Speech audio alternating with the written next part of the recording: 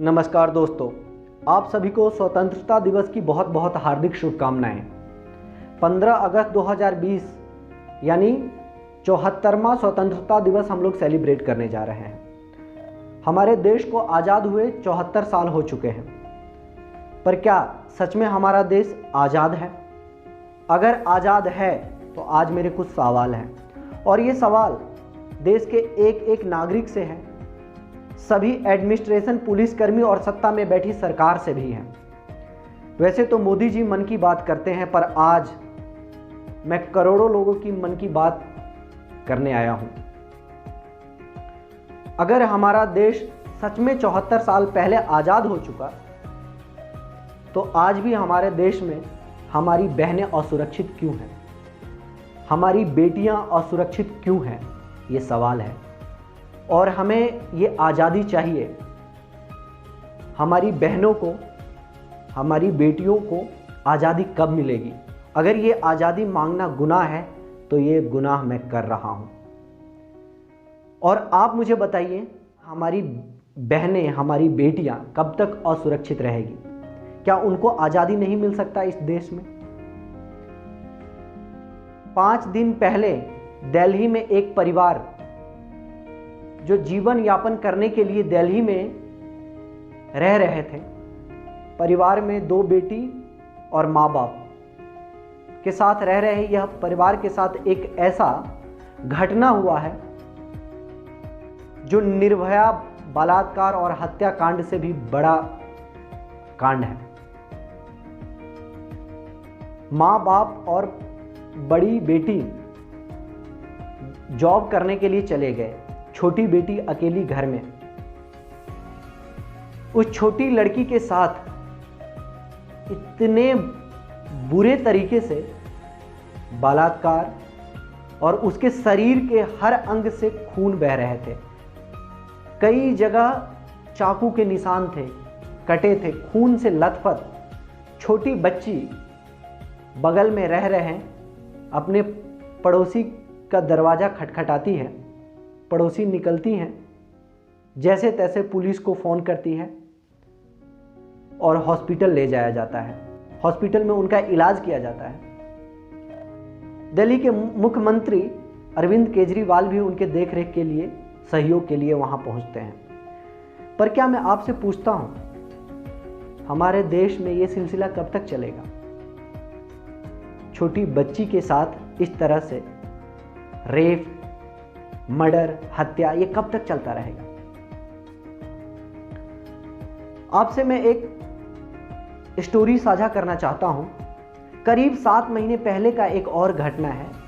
Delhi NCR के पास एक घर से एक लड़की को, 15 साल के एक लड़की को अगवा कर लिया जाता है रात में, और उसके साथ बलात्कार किया जाता है, और लड़की बेहोश हो जाती है। और 2-3 घंटे बाद उस लड़की को जब होश आता है तो वो लड़की जंगल से मेन रोड पे आती है, और रोड पे एक कार वाले को हाथ देती है, रोकती है कि मेरे घर तक छोड़ दो। कार वाले उसे बैठा करके और उस कार में उसका फिर से बलात्कार करते हैं। यानी एक लड़की के साथ एक ही दिन में 2 बार बलात्कार होता है। क्या हमारा देश आज इस हालात पे पहुंच चुका है कि हमारे बहू, बेटी और हमारी बहनें के साथ इस तरह का नाइंसाफ़ी हो रहा है? तो हमें कब आज़ादी मिलेगा?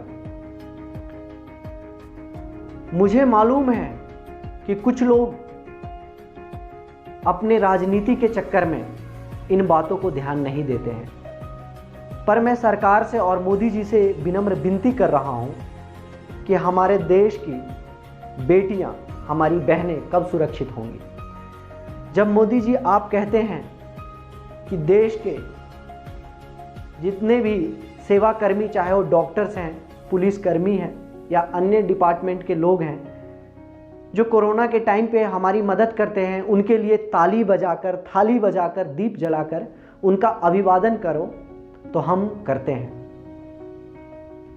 पर आज हम आपसे कुछ उम्मीद लगाते हैं। आपसे मेरी विनती है, मेरी अकेली विनती नहीं है, देश के करोड़ों माँ, बहनें, बेटियां, बहू की ये विनती है कि उन्हें आज़ादी मिले। और जिस तरह से हम आपके कहने पे ताली बजाकर, थाली बजाकर सेवाकर्मी का स्वागत और अभिनंदन करते हैं, उसी प्रकार से सभी ताली बजाने वाले के तरफ से, सभी थाली बजाने वाले के तरफ से, सभी दीप जलाने वाले के तरफ से आपसे अनुरोध है कि अब बहुत हुआ। अब हमारे देश की बहू, बेटी और हमारी बहनें सुरक्षित होनी चाहिए। और मैं उम्मीद करता हूं कि ये सिर्फ सरकार की नहीं, बल्कि एक एक जनता, एक एक नागरिक की जिम्मेदारी है कि इस तरह की घटना हमारे देश में अब ना हो।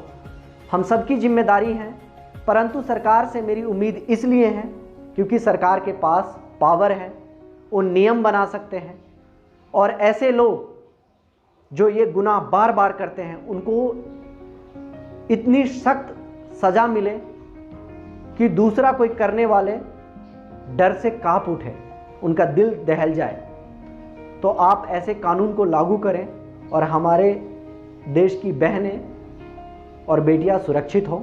आपसे इतना ही कामना है। और मैं चाहूँगा कि देश सच में आज़ाद तभी होगा जब देश की एक एक नागरिक, जिसमें शामिल हमारी बहनें, हमारी बेटियां भी हैं, वो सब अगर आज़ाद हैं तो सच में हमारा देश आज़ाद माना जाएगा। और इस बार मैं आप सभी से यही कहूँगा कि इस बार आप झंडा फहराने के वक्त आप कसम खाएं कि हमारे देश में हो रहे हैं ये अत्याचार, हमारी बहू, बेटियां और बहनें के साथ हो रहे बलात्कार को रोकने में हम सहयोग करेंगे। जय हिंद, जय भारत।